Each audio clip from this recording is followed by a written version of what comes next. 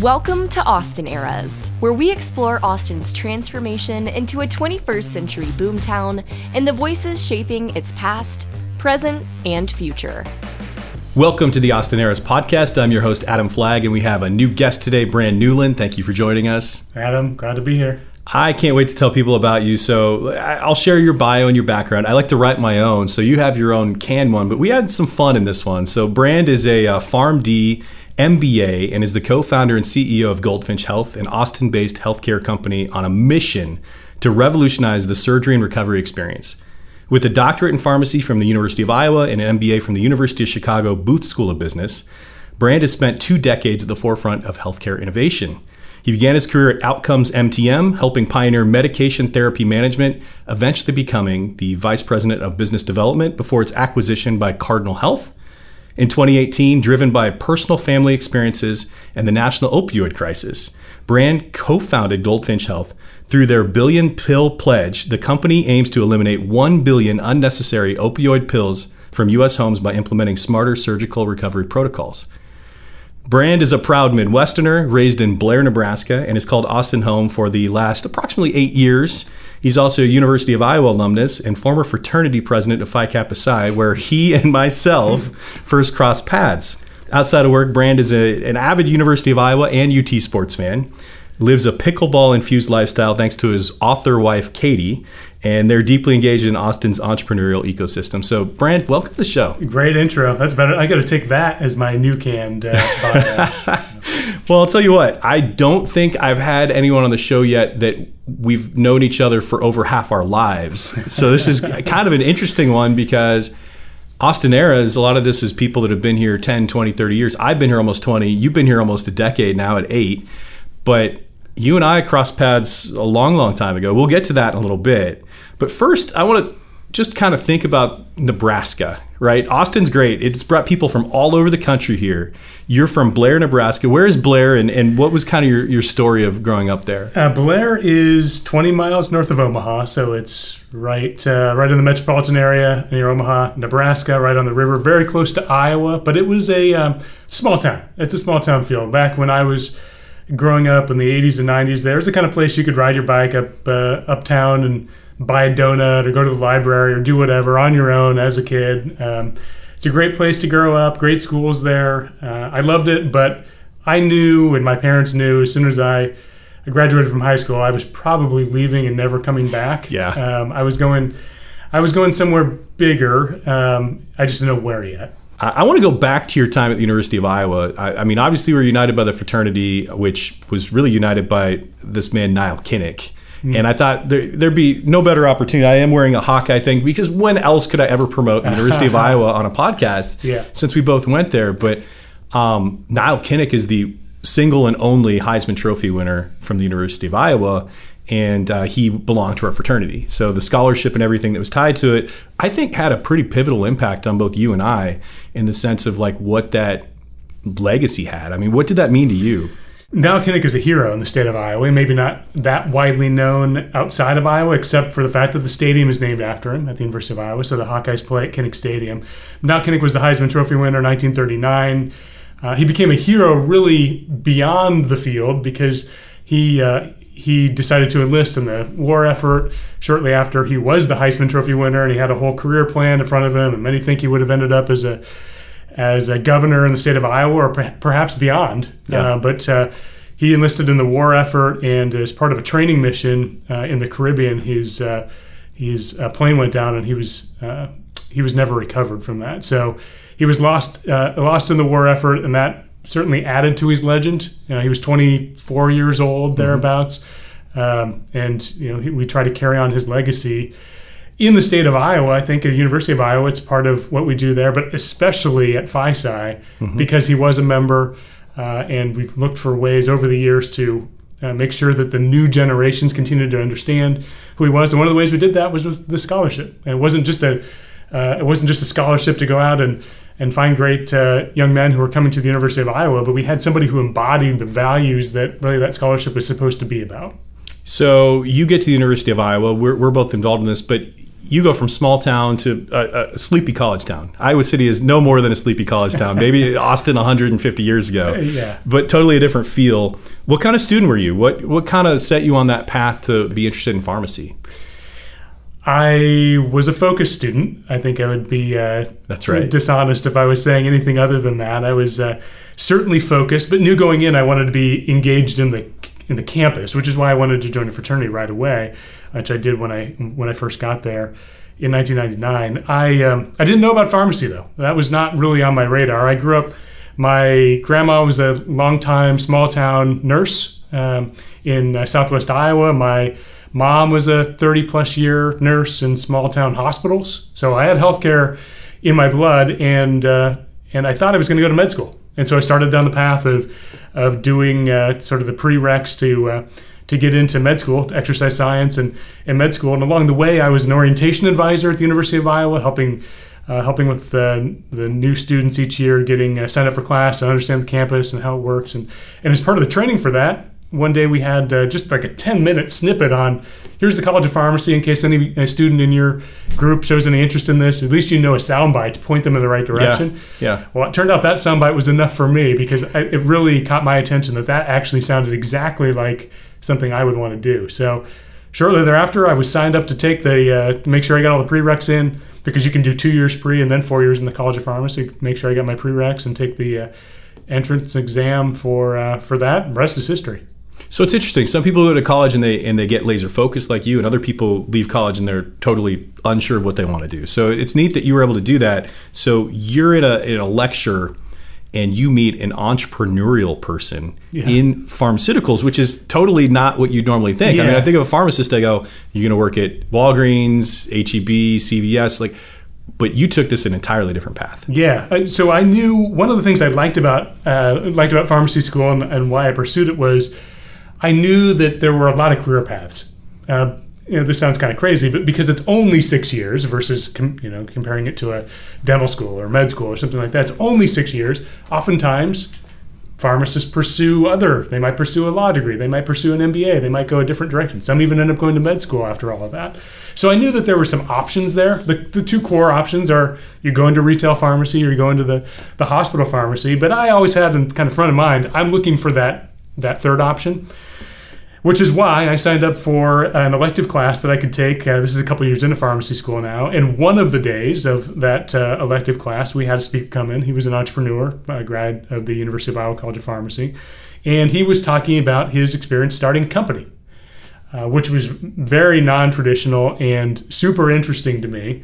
And if it had ended at that, it may have been enough. But the thing that happened at the end of that lecture was what really changed my life, really, which was he said, and oh, by the way, we're starting a summer internship. They had 4 employees at the time, and they were starting a summer internship to bring in their first active student to help out with the efforts over the summer. And I was ready to sign up immediately. Well, hold on, though, because you already had an internship lined up to go to Bentonville, Arkansas, to work for Walmart, which was like a very coveted position. I mean, at this point, Walmart, there's a lot of competitors, but back in 2000, 2001, Walmart was it. Walmart was a huge player.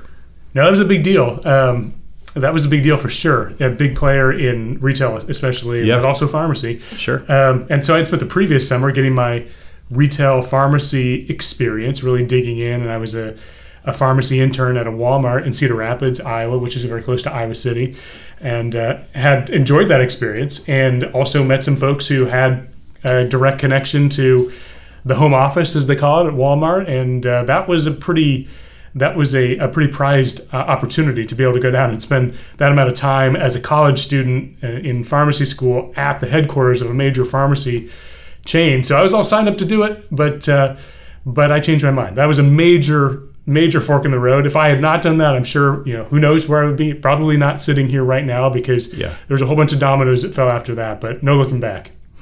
So you're at Iowa, you do this, you go to this internship. We're going to come back to that company in a little bit.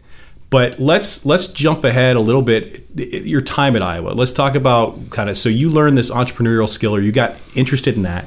And then you really got interested in leadership at Iowa. Tell me a little bit about what kind of ignited that spark, because you come from a small town. I'm sure you did lots of things in high school, just like a lot of successful people do.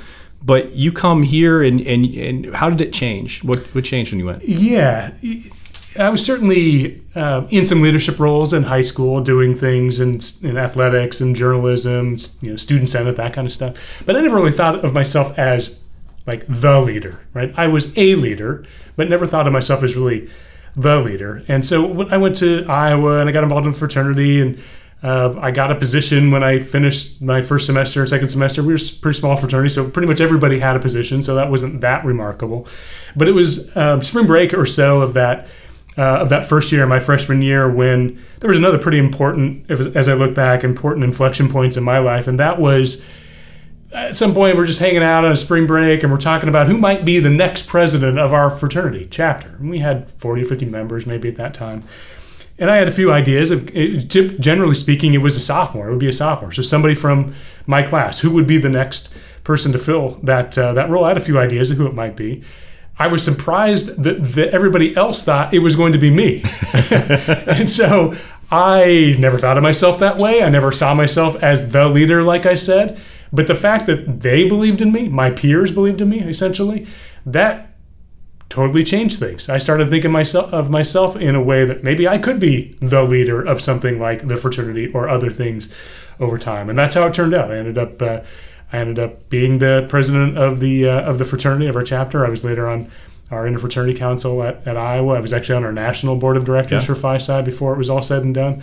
So that was a what could have seemed like a relatively everyday conversation on a spring break, just hanging out, shooting the breeze, and that came up, and it sort of changed the trajectory of my life also. Well, these days it seems like fraternities, and really maybe this has been going on for 50, 60 years, sometimes get a bad rap. But one thing I will say, at least in my experience, and I'm sure your experience with Phi Kappa Psi, is like they actually prepared people to be leaders. And not hazing leaders or not leaders of this or that, but really true like people that would be successful in life. It's amazing to see the people we went to school with and where they are today. Yeah, when it's done well, it is a critical element of the on-campus experience. And I hate to see the negative headlines. There are always negative headlines. But I think especially, even different from when we were there, the technology and the fact that you can do so many classes, even when you're on campus at the University of Texas or University of Iowa, you can do the classes online. That has basically, especially because of COVID, accelerated to a place where you don't have to be out there interacting with people. So where are we learning that? Where are you going to learn it? I would suggest that you're learning it in organizations like fraternities and sororities and others, where you are relying on each other to sell your ideas, build a coalition, do all the things that are needed in the real world and aren't going away. Got to learn that somewhere. And I think it's kind of on-the-job training, getting it in a student-run organization like a fraternity. Absolutely. And you did some other things that you were very involved in the Hawkeye basketball fan base, and you did a lot of things there. You graduate from school. You're there longer than everyone else because you're 6 years. What happens next? Where do you go? I got a job offer from that company that I did the summer internship with. I loved that experience and ended up getting a job offer. I told them no a couple times and thought I was going to go to law school. Like I mentioned before, I wanted this third option. And I ultimately decided the third option was going to be I was going to go to law school, and I wanted to somehow combine the pharmacy and the law. Maybe it was going to be an intellectual property, something like that. And so I was on track. I was going to live in Chicago for a period of time and do that law school thing. And just so happened that I was at the senior dinner celebration for our pharmacy class. Our pharmacy class had about 100 people in it, so we could all fit in a room and had our families there, and we could celebrate the night before our graduation. And it just so happened that the CEO and entrepreneur who had been that guest lecturer that day and who I'd worked with now a little bit, he was the alumni president, just so happened that year. And so he was speaking. He had a kind of a honorary position in the agenda that night. And on a side conversation after the event was over, he mentioned, "Hey, that residency position, which is a lower paid option, those are the jobs I turned down. Set that aside for a moment. Somebody's decided they're going to leave the organization. We want to offer that role to you," which is a full paid, quote unquote, paid position. And that caught my attention. Of course, I had a plan at that point. I was literally leaving for Chicago in like 4 days and going to work there and then start law school later. But it caught my attention enough that I didn't set that idea aside very quickly. And eventually, after some sort of complicated machinations, I accepted the role. I moved my stuff to Chicago, then called and said, I'll take the job. Turned around, go back to Des Moines. Okay. So you're in Des Moines with Outcomes MTM. You're there I look at most people's LinkedIn profiles, they have 18 different jobs. Yours is very solid. Like you've had a few jobs and you've done them well. How long were you at Outcomes? What was that like? Yeah, so I guess I would have done like the summer internship. That would have been around 2003. I started full-time in 2005. I stayed until the end of 2017. Okay. So in the midst of that, the company was acquired. It had been a very small company, 3 or 4 people when I joined it. And it grew from there to several hundred people and was acquired by Cardinal Health, which is a multinational Fortune 20 type company that acquired and really believed in what we were doing, which was a great endorsement and a great experience. The only problem was it got a little boring because it felt like all of our problems were solved. We spent the last 10, 12, 15 years that I've been there, and you're kind of operating on a razor's edge, which anybody who's listening who's been part of an entrepreneurial endeavor, you kind of know what that feels like. There's not a lot of room for error or a cushion. You can't have a bad year or a bad quarter very easily. You're always running. And it just sort of didn't feel that way anymore. Even though I was still working with all the people I kind of grew up with, the same team, loved working with those folks. It just felt like I can't do this that much longer, and it's time to start thinking about what's next. So you Cardinal Health takes over, you guys get bought out, you probably are still there for a little bit, but then decide to exit. Yep. And so where does the entrepreneurial kind of itch start? Where do you go, hey, I actually want to do this on my own and start with some friends and build my own? Yeah, I briefly kicked the tires on could I do something else within Cardinal Health? That founder, the entrepreneur who did the guest lecture way back when, he was still there at the time, and he wasn't ready to leave. And I wasn't, kicking him out the door. Great, if he wants to keep doing it, that makes sense to me. He's certainly earned the right to call a shot on that. And that was really the only way I could advance within that organization. Mm-hmm. So I started kicking the tires of what else might I do? Now we're part of this multinational company. Let's take advantage of the corporation, see what else is going on. There are certainly other interesting things and even other entrepreneurial kinds of things that are happening within that organization. Ultimately, I decided nothing that I could sort of unearth in that journey was as interesting as just cutting ties and starting from square one. So I kind of came to that conclusion about a year into my 2.5 years post the acquisition. So it should have been about mid 2016, early 2017. I started thinking, okay, what does it look like in my post outcomes life, post outcomes MTM? What would I want to do? And importantly, where would I want to do it? Yeah, so you're in Des Moines, right? So Des Moines is not exactly known as the hub of all health innovation. We know Nashville's a big health innovation place. We know that there's a lot of innovation in Silicon Valley. But you choose Austin. So let's talk a little bit about your route to get there and why you chose Austin. You knew me. You might have known a few other people, but you didn't know a lot of people here. No, and I'd never been here. Honestly, I don't think I'd set foot in Austin until I started, sort of thinking about this. Where might I go next? So I thought, there's the obvious. I could go to Silicon Valley. There's healthcare things happening there, just like there's all kinds of things and other industries happening there. So that was on the list. Nashville, of course. Nashville has long been considered a hub of entrepreneurial activity and health tech. And so I've been to Nashville many times and love the vibes of Nashville. And I couldn't quite, sort of like that idea of taking the job with outcomes, couldn't quite get it out of my mind. Like, what about Austin? I hear a lot about, I wonder what that might be like. And I like, when I've been in Texas and like what I'd heard about Austin and like that it didn't snow quite as much here as it was used to being up in the Midwest. So that got the juices flowing a little bit. And ultimately what I decided to do was I'm going to do Austin. And here's what I'm going to do. I'm going to choose 3 or 4 places to temporary rent, like a home away, Vrbo, Airbnb kind of thing.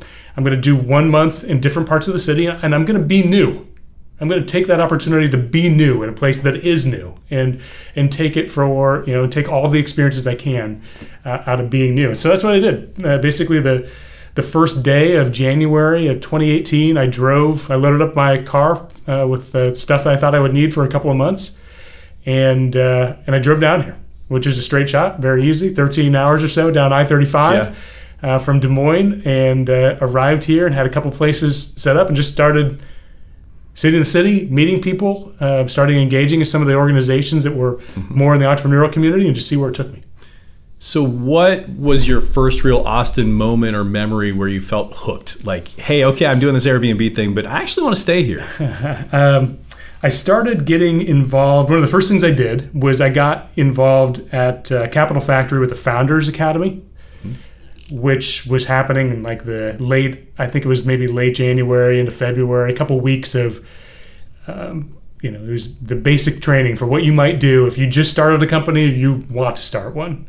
Or maybe you're going to be an early team member. What I thought I was going to do was I thought I was going to get down here and I was going to start networking, and I thought I was going to meet the entrepreneur, much like my last experience. I thought I was going to meet somebody who had this motivating, inspirational sort of idea, and they had already created a little momentum. Probably not much, right? But a little bit. And so they were out of the gates, and I was going to jump in and be the second, third, or fourth, or fifth person on the team. Yeah. And I actually met a few people that were sort of in that category. I met a few that were just after it, that had 30 or so people.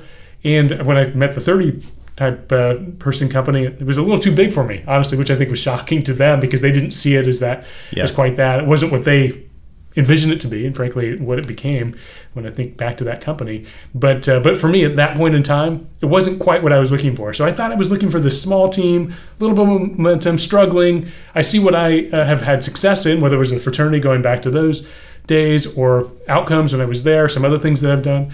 It's really taking something that's chaotic and trying to bring a little order to it. Not too much order. You don't want to stifle, but create a path that there's something productive happening here and there's a direction. That's where I've had some successes, and I thought I might find that. So instead, you actually go back to someone you'd known for 15 years.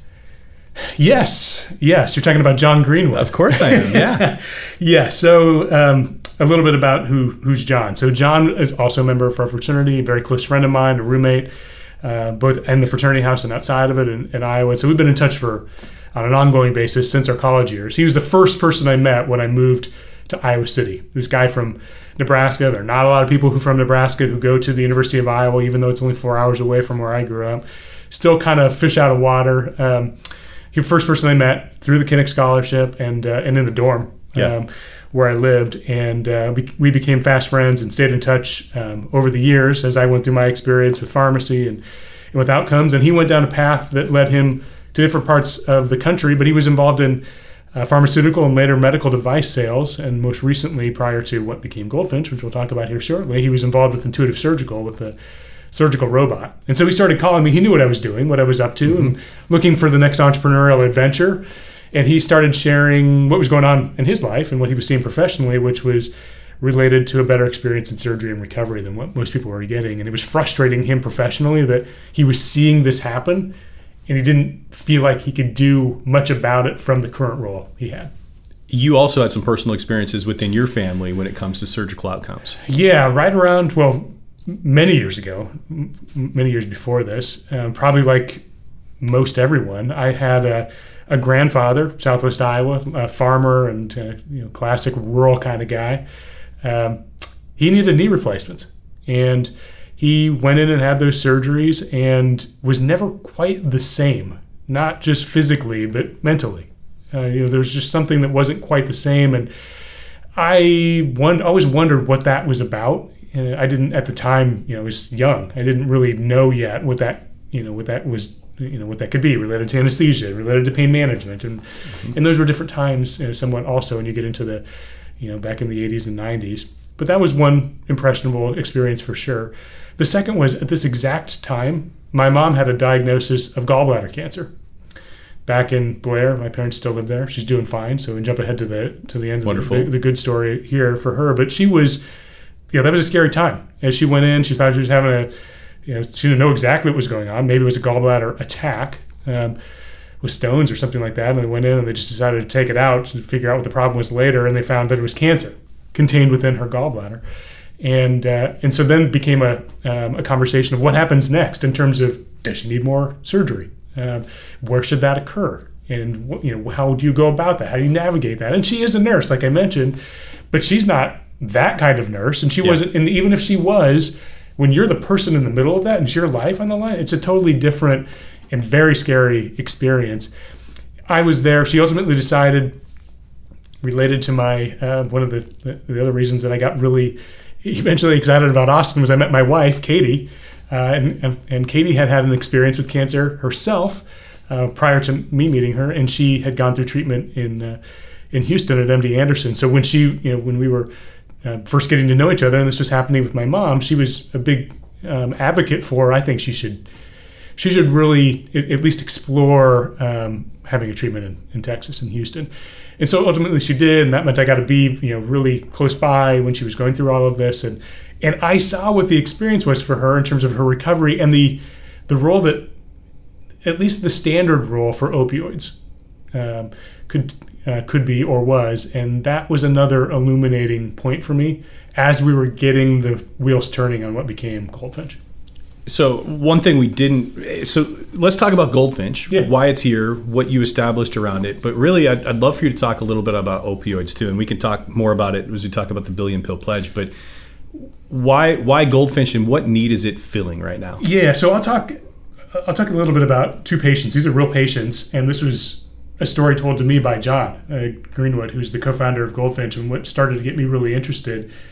He knew that there were certain physicians who didn't see the robot that he was selling as the big picture of surgery, the future of surgery. They saw it as one piece of a much bigger picture, and that much bigger picture are these protocols that are called enhanced recovery. They've been widely studied, but not widely implemented. Some surgeons have decided to do it. They came to a conference, they read about it in medical journals, they learned about it from somebody and said, yeah, we should adopt these protocols that help patients get better prepared for the stresses of surgery physically and psychologically, and they're going to do better. John was seeing this play out. He was seeing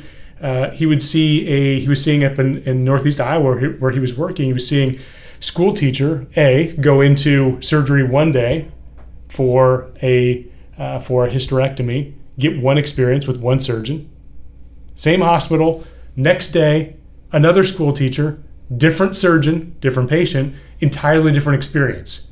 One was kind of the 1980s version of surgery. Unfortunately, maybe what someone like my grandpa had when he had a knee replacement, which was not a very prepared patient, not a very proactive pain management regimen, and a patient who really struggled in their recovery. Maybe had a big incision to recover from, and they're really off their feet for quite a while. And their impact, the impact on their life is long term. Versus the other patient who had this enhanced recovery experience, which didn't require any fancy technology, wasn't expensive, not brand name medications, none of this. It's kind of what we've been trained to think. That's what high tech, current, or future healthcare looks like. It was just a different way of doing things and supporting the patient, and that person back on her feet, back to work, back to life, not taking a big dose of opioids, and maybe also helped along by having a smaller incision. And so we saw that and said, well, what if they knew? The thing was, you never know. Surgery, for most of us, is so rare, right? Thankfully, so rare that you don't have to go into it very often. So you're not an informed consumer of, well, I could have had this other experience, unless you had, maybe you had one knee replaced and 10 years later you have the other one or something like that. Mm-hmm. Otherwise, you don't have that insight. You don't know what the other experience could have been. And the difference is dramatic. And we just couldn't live in a world, once we really got our heads wrapped around it and our arms figuratively wrapped around this, we couldn't live in a world where that was happening. One of the things that with recovery is opioids. So I don't think it's any secret to any listener, and probably a lot of us have dealt with that within our own family or friends of people that could be addicted to opioids or be suffering from that. The odds are higher than I think people think of becoming addicted to opioids after surgery. Is that right? It is. 6 to 9% of patients who go through surgery become addicted to or long-term users of opioids. If you're an at-risk patient, maybe lower literacy level or health equity issues in play, Medicaid, it could be as high as 30%. So highly addictive, can be a problem.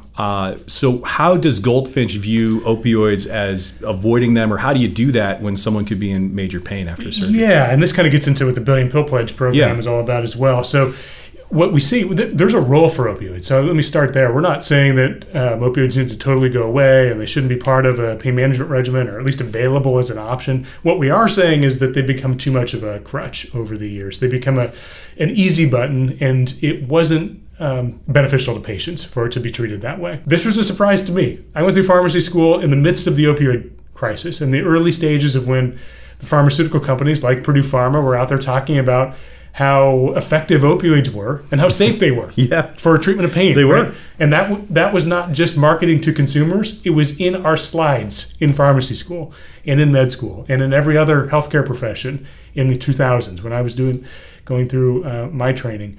And so I really didn't understand that acetaminophen, which is Tylenol, and Advil, which is ibuprofen, if you take those two medications, which probably everybody has at home in your medicine cabinet right now, if you're taking those on a scheduled basis throughout the day and a day 1, 2, 3, 4, 5 after surgery, that's going to go a long way towards helping you with your pain. Maybe you still use a couple pills of your opioid prescription, helps you sleep the first night, or however you want to take them. No problem. That's totally acceptable. But it's not just about the opioids. So that's how we got going down this path of what we're doing at Goldfinch. And then the Billion Pill Pledge program, I'll just jump ahead to that. Yeah, please. So we started Goldfinch Health with this idea of we were going to help patients who had major planned surgeries, whether it was a knee replacement, an orthopedic type surgery, or they maybe needed a hysterectomy in women's health, or they needed a cancer surgery like what my mom had. Something you were planning for, and it was going to cause you to miss time away from life and time away from work. That's where we wanted to help. And it was going to be a tech-enabled nurse navigator. So the nurses who are on our team, experts in surgery, are going to connect with you and be your personal nurse there each step along the way as you prepare for and recover from surgery. Generally speaking, 2 weeks before, 2 weeks after. So we're doing that as a program that's in the benefits package for employers. And so we still do that. All across America, we're working with companies in that way. And we've been doing that since we started the company back in 2018 when we launched it. In 2022, something interesting happened, which many folks listening to this may have heard about, which is the opioid lawsuits started to become settled. And almost all of those lawsuits have been settled to the tune of $60 billion so far, and there'll probably be more. So the $60 billion that's out there is paid out over a period of time to state of Texas, Travis County, city of Austin, and everybody else. And they are to use those dollars in opioid abatement programs locally. So trying to do something over the next 20 years to end the opioid crisis in your community. And so we looked at ourselves, John and I and others who were part of Goldfinch at that time, and said, well, we're doing something in prevention. This is a good news story here. Actually, we can have better pain management and fewer opioids. Patients like it, the healthcare providers like it. It is an abatement strategy as it relates to the opioid crisis. It's good for the community also, especially when you think about leftover pills after a surgery that might end up in somebody else's hands. And so we said, why not try? We should try for some of these dollars and see if we can make a difference here. So we started talking to the Attorney General in the state of Iowa, who was in control of those funds in the state of Iowa, and they liked the idea. What they wanted us to do was to go out to hospitals, especially in rural communities, which we have a real passion for, obviously based on my background, a real passion for that. What they wanted us to do was work with those hospitals in rural communities and help them to update their practices, to take that step, wherever they were in the implementation of setting up patients for a more successful opioid minimized surgery and prescribing fewer opioids, help them take that step. And so that's where we launched the Billion Pill Pledge program. So the idea is you're taking 1 billion pills that are no longer needed after surgery and taking them out of the supply chain, essentially, that's of right. People's cabinets and kitchens. It's fewer opioids prescribed after surgery because you won't need them. You're going to have a more proactive. We're doing all of these other things to treat the pain, and so you'll need fewer pills. You'll use even fewer of them once you have them, and then you'll safely dispose of whatever you've got left over for the reasons that we don't want them sitting in the medicine cabinet that are diverted to kids or to the person who comes over to mow your lawn, or you have somebody who comes into the house to do some work, whatever it is. I was shocked to learn this, that the number one cause of childhood poisoning in America is no longer that Drano under the sink, which is what I learned when I was growing up. It was right, watch out for that. No, it's pills, it's opioids left in the medicine cabinet at your by your parents or your grandparents or another family member that the kids get into. Man, that's terrible. I'm glad that that's an effort that you guys are making. So I understand the concept of what you're doing between Goldfinch and Billion Pill Pledge. Tell me a little bit about that process. You're in Austin.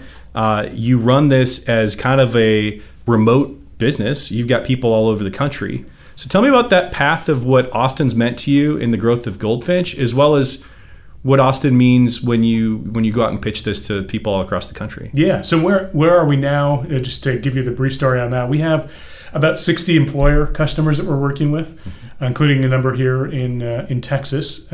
We also, in the opioid settlement world that I was just talking about, the Billion Pill Pledge program that we have there, we're now working in Iowa, Nebraska, North Dakota, South Carolina, Tennessee, and Alabama. Not Texas yet. Not Texas yet, but it's not too far off into the future. So those are interesting conversations. There's a lot of different ways that those decisions are being made, and they're the first time these decisions are being made. The opioid settlements are new. So so we will, I'm confident, we'll have a program here in Texas eventually, even it could be at the local level, maybe even at the state level. We've certainly already started those conversations. So that's kind of where things have been. We do have a distributed team. We started with that idea, then it became the way everybody was doing business there for a bit, for the reason I will not say, but everybody was a distributed team for a bit, which is right when we were really starting to launch. That was an interesting time to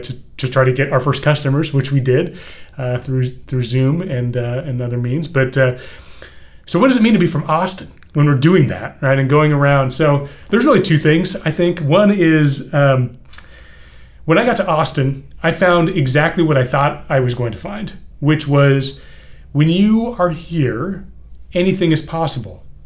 That is an Austin mindset.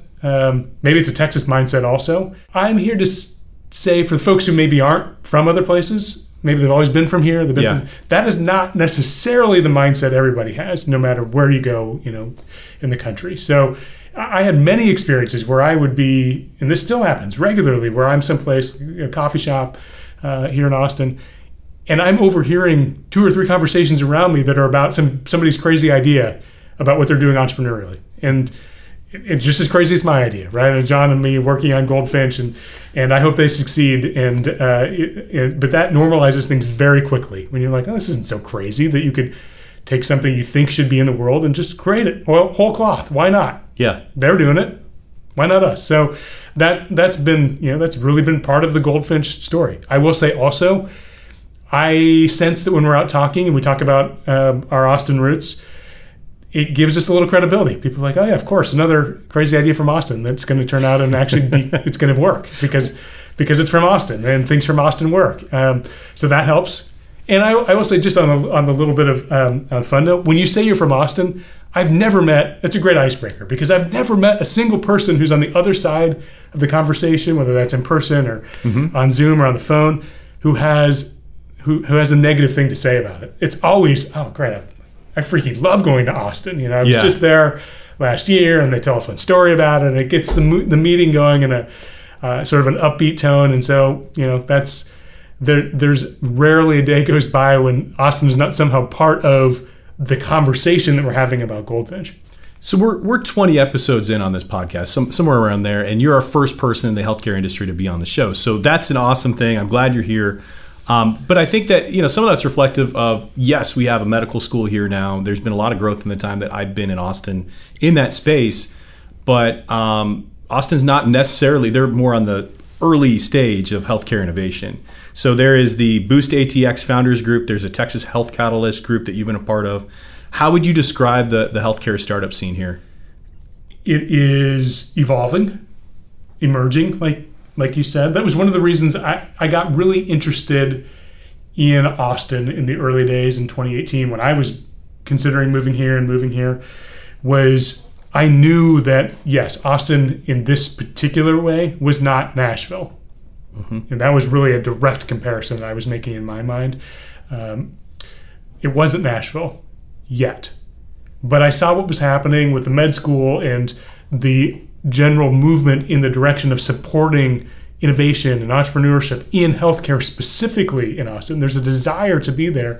And I wanted to be not the 300th success story in Nashville. I wanted to be the 30th or the 3rd or whatever success story in Austin. And so that was a feature to me about Austin and not a bug of coming here on the healthcare side. And that has played out. We were part of a program called Texas Health Catalyst, which is a program through UT to support the launch of innovation out of the university system, as well as they have a carve-out space for a community contributor to the innovation community in healthcare in Austin as well. And that's what we were back. That was back in 2019, so quite a while ago. And that helped to validate what we were doing, connected us with mentors who were in the med school that we still work with now, still talk with now. So it's coalescing. It's moving in a direction that's really exciting. And it's easy to see where in the not too distant future, Austin will be alongside a place like Nashville in terms of its healthcare chops. And for good reason. It's been very intentional in the way that the leadership and those like us at Goldfinch and other healthcare companies in Austin are contributing to that evolution. So I mean, I could throw a rock in any direction. I can hit a founder of some sort of innovative, interesting company in Austin, but most of the time it's consumer packaged goods, it's a lifestyle brand, it's a tech company. So Austin's not exactly known yet for having a lot of national names in the healthcare space. So I think my question for you is, what do people misunderstand about innovation in health? Because in my mind, like the next 100 years, how excited can we get about the innovation that I hope to see for my kids, grandkids? What does that look like? How far do we have to go? The interesting thing about healthcare is change is hard. Change is really hard. There's been studies that look at how much time does it take to change a healthcare practice that's already been validated by evidence. So this is exactly the world that we live in with these enhanced recovery protocols and surgery. But you could insert any number of other innovations as well, like what I worked on in my past company and probably hundreds of others that are out there, thousands. Sure. And it takes 17 years to change practice. It basically takes a generation of healthcare professionals to retire and a new one to replace them. You're training them in a new way. And that's if you kind of leave it to happen organically. We're trying to, in our little way, in the surgery innovation, we're trying to make that happen faster. The reason that is because healthcare, and I'm happy about this, what I'm about to say, it's because healthcare is so human. Right? Yeah. There's a very significant human element to the way care is delivered. And I don't think that's going to change. I hope it doesn't change that much. I do see tremendous opportunity for technology and robots in healthcare that we probably need, frankly, to fill some of the gaps that are out there in the way that we provide care for patients in any number of healthcare journeys today. But there's still going to be a human element. And at the end of the day, we have to help humans to evolve and to change as new evidence becomes available. And there's going to be a role for that. And that is kind of messy. And so if I'm answering back to your question about what is there to understand about healthcare innovation that might look a little different from some of the other industries where Austin has really thrived for many, many years, technology and consumer packaged goods, like you said, and others, it's that healthcare innovation and entrepreneurship can look kind of messy at times because it can be 2 steps ahead and 1 step back, and then 3 steps ahead and 2.5 back, and then four back, and But eventually, as long as you create the path, a trajectory for change, with a vision of where you can go, you can make a huge difference in not only this community but well beyond it. Well, Brand, you've given us an amazing look into your journey, your mission, what you're doing so far, and what makes Austin kind of magical for you. We'll pause and take a quick break, and we'll return to talk big ideas, Austin futures, and some rapid fire fun. In every episode of Austin Eras, we uncover the city's history, vibrant present, and bold future. Just like Austin, your financial journey is a story worth crafting. At Collective Advisors, led by Adam Flagg, Managing Partner, Senior Wealth Advisor, and Certified Financial Planner Professional, your story is in skilled hands. From investments to retirement planning, Adam and his team bring together a collective of dependable professionals to help you build, maintain, and enjoy financial security.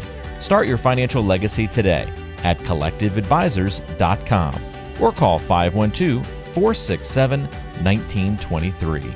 Investment advisory services offered through CWM LLC, an SEC-registered investment advisor. And we're back from break. Brand, welcome back. Let's pick up some things with some Austin culture, some lightning round fun, and then we'll talk about some futures. So this is our Good Hang segment. There's a number of questions I like to ask every guest.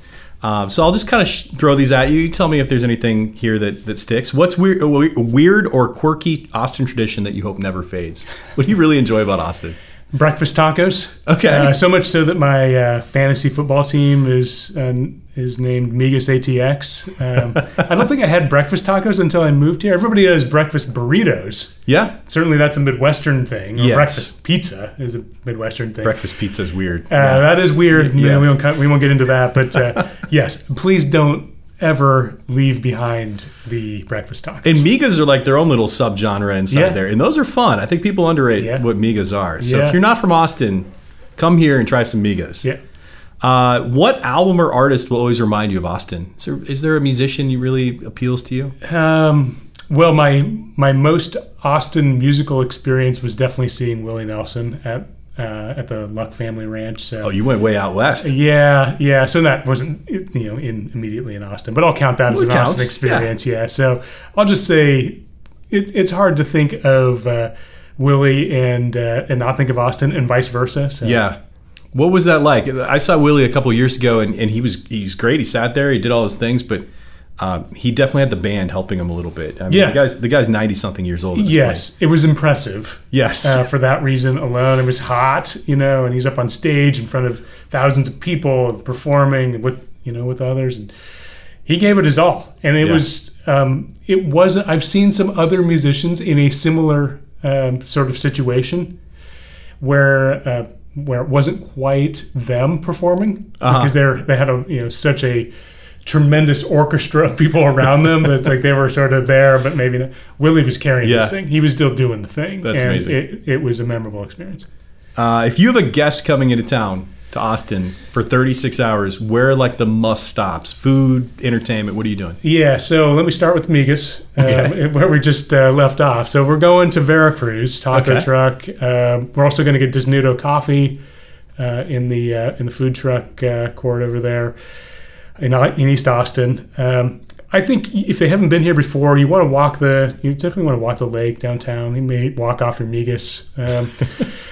I'm a huge sports fan, and one of the things that Katie, my wife, and I really love doing is we love going to Texas volleyball at Gregory Gymnasium. Yeah. So I'll build that into my perfect day. We'll just assume that there's a volleyball game. It's such a old school and small venue for such an amazing program and team that plays there. Very recently a national champion. When that place is packed, it reminds you of what college sports used to be like. I love the Moody Center. It's an amazing arena. Sure. But Gregory Gymnasium, it has a totally different, it's from a different time and place. So I love doing that. I go to the Blanton Museum. Yeah. And the Ellsworth Kelly Austin exhibit there is amazing. So if you can pop in there, even just for an hour or 30 minutes, that's amazing. Let's see. And I might throw in I love downtown Austin, especially the area around the library. Mm-hmm. So if you can pop in the library, that's like incredible that that's a public library. I like Peacock at the Austin proper and do something rooftop, something outside. You should close the day with something rooftop, probably some live music or a patio. So that'd be a perfect day. Love it. Okay, so that sounds good. Now, a lot of times I ask people about live music experience. You kind of already answered that with Willie, but one thing that you do a lot of is book lectures and book talks.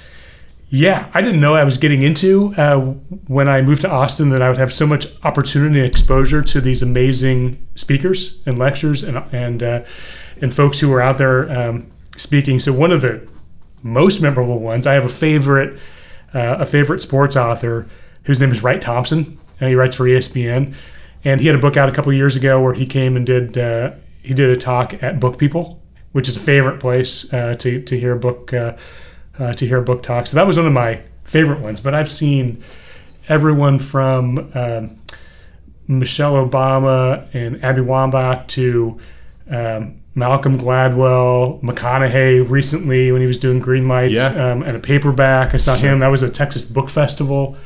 Book Festival event. But it goes on and on. Admiral McRaven.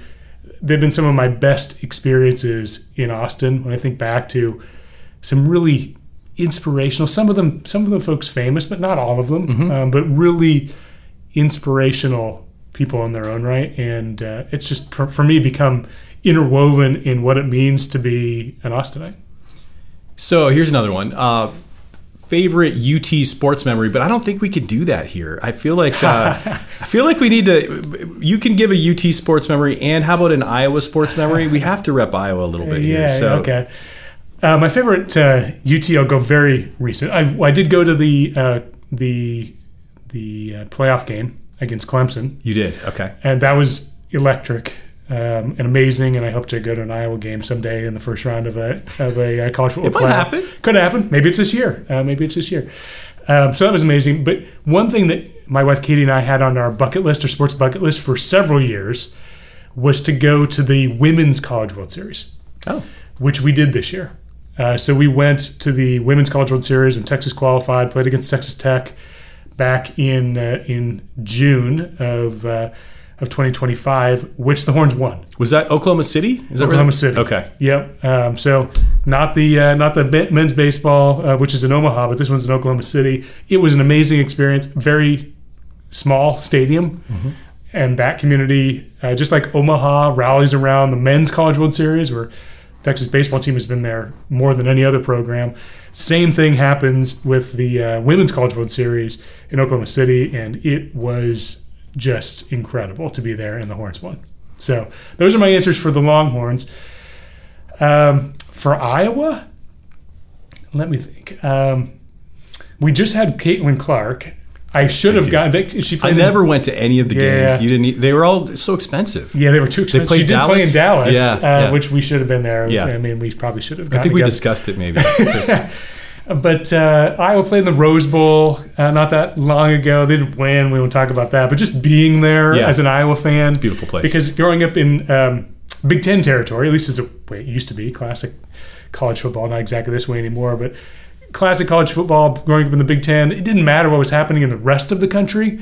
If you made it to the Rose Bowl, you had a tremendously successful season. And in a case of a program like Iowa, a historic season, really, when you would talk about for decades, which we are doing now. So I was able to go in 2000, I guess it was 2016, first day of 2016 when Iowa played against Christian McCaffrey in Stanford. It wasn't a very positive day for Iowa. CMC tore Iowa. But it didn't matter. It was 70 degrees, and the San Gabriel Mountains were there for the sunset, and half the stadium, if not more, was black and yellow, and that was all I wanted. What about pickleball? You definitely had some experience. You traveled around the country with your wife. What's your favorite pickleball court here in Austin? Pickle Ranch now. Okay. Pickle Ranch. Katie plays there very regularly. She got fully engaged in the first Austin pickleball community, and now really the national community for pickleball. She's really around 2021 or so. She got really into it, even worked for the Major League Pickleball team, Austin Pickleballers, who's based here. So that I'll say is now the favorite. If I go back a few years, our second date, Katie and my second date, was at the Jewish Community Center. When they have pickleball courts at the time. They've done a renovation since then. The pickleball courts on the basketball court, and they had open play that we went and played there, and we had a not so successful in terms of a winning experience there, but I guess the date was successful because we ended up getting married. So favorite pickleball spot. Okay. What's one Austin moment that made you feel like you belonged here? Something that happened to you that you just went, I'm staying. Meeting Katie. I bet. It was meeting Katie. We met through Bumble, Austin company, so it makes it a really an Austin story, and that combined with a bunch of other things was what caused me to when I got to the end of that 3 or 4 home away or Verbo type stay that I had organized when I was still back in Des Moines. I booked them all out in advance and said I'm staying for 4 months. No matter how good or bad of experience I'm having, I'm staying for the 4 months. But by the time that 4 months had elapsed, I had met Katie. I'd had some of these experiences in Austin. I was talking with John about this idea of what would become Goldfinch and starting to sort of vet that with some people I'd met here in Austin. And there was no second thought about going anywhere else. It's amazing. And you got married St. Patrick's Day 2020? Yeah. So I got married to Katie on St. Patrick's Day 2020 in a park, West Enfield Park. Yeah. We did it in the park by ourselves with a judge, which was what we were planning to do all along. We were supposed to go to Mexico to do something with our family and do a whole thing down there. That didn't happen for the reason that I'm still not saying. But we got to do the little ceremony, which turned into the ceremony for a while at least in the park there. It was fun in March of this year, of 2025. We went back. We took our dog, Charlie, who is new to the family since we got married. went back to the park on a nice sunny day and celebrated on St. Patrick's Day this year, our 5-year anniversary, and thinking the distance that we've come and how Austin has changed and society's changed from where we were back then. And it was just kind of a fun time to reminisce and have a picnic. So congratulations on 5 years. Yeah, thank you. I want to move to the future. I want to kind of understand your vision and mission and where you think things are going. When it comes to the Billion Pill Pledge, where is that going? What's the ultimate, like, what's that process look like, and how are you going to get to 1 billion pills? Yeah, well, we probably need to be in just about all 50 states. 1 billion is a lot. So I always think about if you were of a certain age, you might remember back when I think McDonald's had a counter on some of its some of its signs. Maybe it was all of them. It said how many Big Macs they had served. And I always wondered, when we were growing up, what are they going to do when they run out of digits? And they said like 999 million and counting, or whatever it was. So yeah, I think about that when we were thinking about how do we improve pain management, help patients have better experiences in surgery, help the healthcare professionals to position patients for better experiences, and start counting up, towards 1 billion pills, which is this big, audacious goal. And so yeah, I think what's the future look like for the 1 billion pill pledge? There's no reason it can't work in many, many other places, including Texas. I had my own surgery experience. We haven't talked about that here today, but I had my own experience here in Austin of a surgery. I needed a hernia repaired, and it was minimally invasive. I did a lot of research, and I thought, hey, Austin's this great city on the hill that many cities in America aspire to. That and a lot of people move here because they think that we're the capital of innovation, and it should be easy for me to find when I need a surgery that I'm going to have this amazing experience. And so I did some research. I found a great surgeon from everything I could tell, minimally invasive, robotic-assisted surgery, went in, did the whole thing, talked to him beforehand about I'm not going to need any opioids. He agreed to it. And afterwards, I got prescribed 40 Vicodin. 40. And just think about what that means. That means 10 days worth or so if I take them like they were prescribed, which is more than enough for me to become a dependent user of opioids. You can become a dependent user of opioids in 3 to 5 days. Or what if I took 3 of them and now I have 37 sitting in my medicine cabinet? So that said to me, there's a lot of work to do, right? There's more work for us to do, even in places where you wouldn't expect. Major medical centers, in urban centers, in innovation centers in America that everybody would point to, that there's a lot going right here in Austin. There's still some things we can do better, in particular in this area. It's something that I have really hoped that we're doing something here specifically in Austin, in Travis County, to help with the opioid crisis here. I want to dig in a little bit more on that. So the Irwin Center, where UT used to play, was torn down. It's kind of an empty, grassy space now. I think they're going to do some things with the medical school there. What do you see as like a future, like, medical hub like Nashville has? How do you think Austin's going to do it? What's going to look like? Yeah, well, something that's really exciting about that is that really does have the potential to be the hub. Like you said, That's the word, a place to convene with hard science innovation that's happening in healthcare, right? With medical device that's happening in innovation in healthcare, with health tech, more in what we're involved with those kinds of innovations, all convening, sharing ideas, debating. I have been over the years involved with Health Tech Austin and convening, that typically convenes at the Capital Factory, but just creating a bigger and more established version of that is there's more of a draw to Austin and literally the lab space and the office space to do it, to bring the teams together and to recruit to and do the work side by side with the university. I mean, it's just such an amazing resource to have the entire 800-pound gorilla of the University of Texas there, plus the med school, which was founded on the idea of innovation. It's new to the game, right? DelMed is here, relatively recently, and can start with an innovative mindset, not having to back into it. So it's really exciting, and I plan to be fully engaged in it. I hope, right? My dream is that Goldfinch can be a growing success story, and can be a place where maybe maybe we can take on that next Brand Newland intern, right? That's interested in healthcare, entrepreneurship, and innovation, and is a biology student or a pharmacy student, or you fill in the blank, and they can be part of it. And I can be a mentor to other entrepreneurs who are starting down this path. With your experience in kind of seeing the startup space in healthcare, are there any specific subsectors that you think Austin will lead in or have more attention given to? There's probably given the expertise in consumer here, I think there's some really interesting combination of the expertise in the consumerism side of healthcare, combined with bringing to the table what may be health tech, or maybe what may be something like the hard sciences in healthcare. There's no doubt that healthcare is becoming more consumer driven. Yeah. And a company that I've admired for a long time here in Austin is Everly. Yeah. Everly Health. That is kind of the intersection of innovation in healthcare, being able to do these laboratory tests in a more at-home sort of way, and being able to package it in a way where it's easier for me to understand, engage with it as a consumer, buy it at Target, or buy it for myself online, and do this all in the comfort of my home. Amazing innovation, right? That's a very consumer-friendly approach, and I think I hope we see a lot more of that over time. Yeah, it sounds like Austin continues the theme of experience and culture and leading in that space, regardless of the sector. Yeah, that exactly. has an impact, which I think Goldfinch is doing as well. Yeah. So a couple follow-up questions not relating to healthcare. So if you had a magic wand to reshape a piece of Austin policy, I guess it could be healthcare or otherwise, what would you change?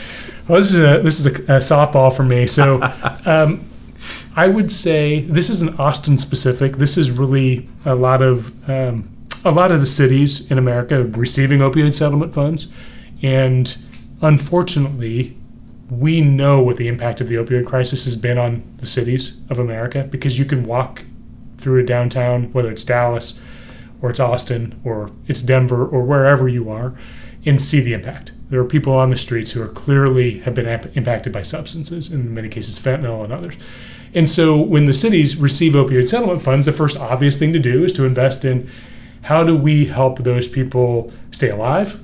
How do we help them seek treatment on their terms, hopefully, but seek treatment. If they're going to continue using, at least in the short term, how do we help them to do that in a safe way? And I support all of those approaches. All of those strategies certainly have a place in the overall opioid abatement strategy when you think about it long term over the next 20 years. How do we make the best use of these opioid settlement funds coming into the community over the next 18 to 20 years? I would say there's a place for prevention. And prevention is more than K through 12 education. What I would refer to as a DARE program. That's what I went through when I was growing up. There is room for that, and we see some of that also in terms of one pill can kill. And I think that's a good message. Also, we're probably all aware of a tremendous tragedy, or more than one, of people who were young and took a pill that they didn't know was in it, and it was bad news. But there's other forms of prevention. You can do that education of K through 12, and that you can have a fully bought in 15-year-old who understands the dangers of taking a pill that you don't know the origin of, but then they go in to get their wisdom teeth repaired or removed, or they go in to get a sports injury repaired, and the doctor prescribes 40 pills. Yeah. And now there's a risk. There's a totally different risk. That's what the doctor's telling you to do. So I think there's room for prevention there as well. And whether it's the Billion Pill Pledge program or some other initiative to tackle that, my suggestion would be that needs to be part of the equation. I love that. Final two questions. What is something you're working on, personally or professionally, that people don't know about you yet? They don't see it. I am always working to I love boxing. Boxing? But I don't love punches getting thrown back at me. So maybe it's more of a fitness version of boxing. Okay. So I'm always working to, recently when I'm doing workouts, I'm thinking about what were some famous combinations that some of the best boxers of all time regularly used with great success, and build those into my workouts, that kind of thing. I'm always working on that. Well, yeah, I mean, I know you've always been passionate about fitness and your own health. I think we had a conversation at one point about how the work you do now isn't necessarily, certainly it can make your life better now, but it's that final certain amount of years that you're really impacting. Yeah, it's the last 10 years, right? It's all about, if Dr. Peter Attia talk about this, here in Austin a lot, it's all about, even if you don't immediately see the impact, you probably will in some way, shape, or form. But even if you don't see the immediate impact, it's all about the quality of the last 10 years of your life. You don't know when you're in those last 10 years most of the time, but you can pretty much be guaranteed that you want them to be as fruitful as they can be. And the more work you do now, in your health, in your exercise, in your diet, better off you'll be. I lied, actually. There's 2 more questions. What would it take to keep you in Austin for another 15 years? Obviously, you and Katie are both entrenched here, but you both are not necessarily from here. So what is it about Austin that's going to keep you? What do they have to do? I think the opportunity for being involved in the next generation of entrepreneurship is really intriguing. There's always a question of the entrepreneurial experience is so wild, right? You're thinking at one minute or day, you're thinking, wow, we've got an amazing idea, an amazing company, and there's no way it could fail, right? And I'm going to start. John says it's like, I'm going to start shopping for a yacht, right? Whatever, not exactly, but you just think, hey, this is going to be an amazing company that we're building, and there's going to be so many people that we're going to help, and there's so many people who are going to work here, and it's going to be great. And the next day, like, I better start looking on LinkedIn for my next job because there's no way this is going to work. At the same token, some days you think about, well, whatever that looks like, there will be an end someday, right? Wildly successful. I think we've been at this long enough now. Goldfinch, we've kind of cut off the wildly unsuccessful version of it, but there's certainly a wide continuum of what success looks like. But someday there will be an end. And what's next, right? What does that look like when you're done with that? And I certainly want it to be something where I can be part of whatever that looks like. Innovation is just such an amazing thing to be around. Yeah. It's so exciting, right? To hear somebody who's passionate about an idea or a direction. And the direction that's happening here in Austin, especially with healthcare, as we talked about, taking part in that, either as a mentor or a place where grads can come work, or an angel investor or an advisor in a formal capacity, or whatever that is, that's what keeps me here. Love it. I love it. Last question. If you could have dinner with any Austinite, past or present, living or dead, who would it be and why? Yeah, I'm going with the sports answer here, and I really get into sports psychology, especially when it gets into coaching. Mm-hmm. So I would want at the dinner table, I think I would want Mac Brown. Okay, all right. If we count him as an Austinite. I know he hasn't lived here recently, but we're going to count him as a famous Austinite. Augie Garrido, who was the head coach that day when we went to the College World Series back in 2000. And for many days afterwards. He was a coach for a long time. Historical head coach, not just at UT, but in college baseball. And Judy Conrad. So I think those are the all right. Those are the 3. Coaching legends. I love it. So, Brand, thank you so much for joining the show. This was fun to go all the way from Nebraska to your roots and our shared roots in Iowa to outcomes to what you're doing at Goldfinch. It's been amazing to learn, and I think our listeners are going to really love that and really love learning about the healthcare sector. So, we'll link to your work, the Billion Pill Pledge, the future Goldfinch updates in the show notes. For everyone listening, you can follow Brand's journey, and don't forget to rate and subscribe to Austin Eras. We are now on video. I'm pointing at all the cameras. We've got our sign. We're doing a lot of things here. We'd love to have you share those with your friends. We are trying to expand our subscribers. So find us at austineras.com. Check it out. And also, be on the lookout for our next Austin Eras Happy Hour. That's a new announcement we're breaking now. We are going to be doing monthly happy hours with some live podcast recordings. So thank you again. Go Hawks and hook 'em horns. Austin Eras, featuring Adam Flagg, is brought to you by Collective Advisors. Collective Advisors offers investment advisory services through CWM LLC, an SEC-registered investment advisor. Guests on Austin Eras are not affiliates of CWM LLC, and opinions expressed by guests may not reflect those of CWM LLC. This show is intended for educational and entertainment purposes and is not intended to provide specific legal, tax, or other professional advice. For a comprehensive review of your personal situation, always consult with a qualified professional.